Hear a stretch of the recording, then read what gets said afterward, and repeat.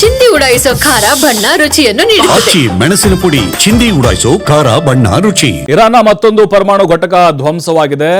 Isfahan ಪರಮಾಣು ಸೌಲಭ್ಯದ ಮೇಲೆ ಅಟ್ಯಾಕ್ ಅನ್ನ ಮಾಡಿದ್ದಾರೆ. ರಾತ್ರೋರಾತ್ರಿ ಇಸ್ರೇಲ್ನ 50 ಫೈಟರ್ ಜೆಟ್ಗಳು ದಾಳಿಯನ್ನ ಮಾಡಿದ್ದಾವೆ. ಇಲ್ಲಿ ನೋಡಿ, ಇಸ್ಫಹಾನ್ ಯುರೇನಿಯಂ ಪರಿವರ್ತನೆ ಸೌಲಭ್ಯ ಮತ್ತು ಪರಮಾಣು ಇಂಧನ ತಯಾರಿಕಾ ಘಟಕವನ್ನು ಹೊಂದಿದೆ. ಇದು ಸೆಂಟ್ರಿಫ್ಯೂಜ್ ಉತ್ಪಾದನಾ ತಾಣವನ್ನು ಟಾರ್ಗೆಟ್ ಮಾಡಿ ಇಸ್ರೇಲ್ ಈಗ ದಾಳಿಯನ್ನ ಮಾಡಿದೆ. ಯುರೇನಿಯಂ ಪುಷ್ಟೀಕರಿಸುವಲ್ಲಿ ಸೆಂಟ್ರಿಫ್ಯೂಸ್ ಅತ್ಯಗತ್ಯವಾಗಿದೆ. ಇತ್ತ ಜಿನೆವಾದಲ್ಲಿ ನಡೆದಂತಹ ಶಾಂತಿ ಮಾತುಕತೆಗಳು ವಿಫಲವಾಗಿದೆ.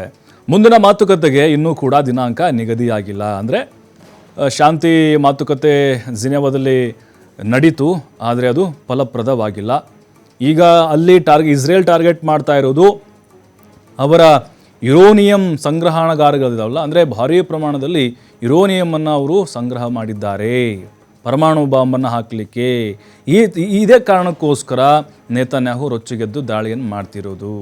ಈಗ ಟೆಹರಾನ್ ನೋಡ್ತಾ ಇದ್ದೀವಿ, ಸುತ್ತಮುತ್ತಲು ಪ್ರದೇಶ.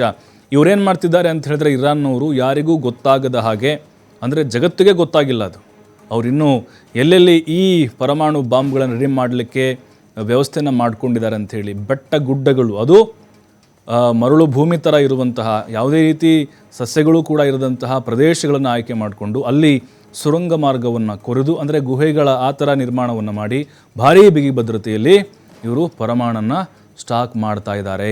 ಈ ಸೆಂಟ್ರಿಫ್ಯೂಸ್ ಏನಿದೆ ಅಲ್ವಾ, ಇದು ಕೂಡ ಅದು ಯುರೇನಿಯಂ ಪುಷ್ಟೀಕರಿಸುವಲ್ಲಿ ಮಹತ್ವದ ಪಾತ್ರವನ್ನು ವಹಿಸುತ್ತೆ. ಹಾಗಾಗಿಯೇ ಈಗ ಅದನ್ನು ಟಾರ್ಗೆಟ್ ಮಾಡಿ ದಾಳಿಯನ್ನು ಮಾಡಿದ್ದಾರೆ. 50 ಫೈಟರ್ ಜೆಟ್ಗಳನ್ನು ಒಮ್ಮೆಲೆ ಹಾರಿಬಿಟ್ಟಿದ್ದಾರೆ.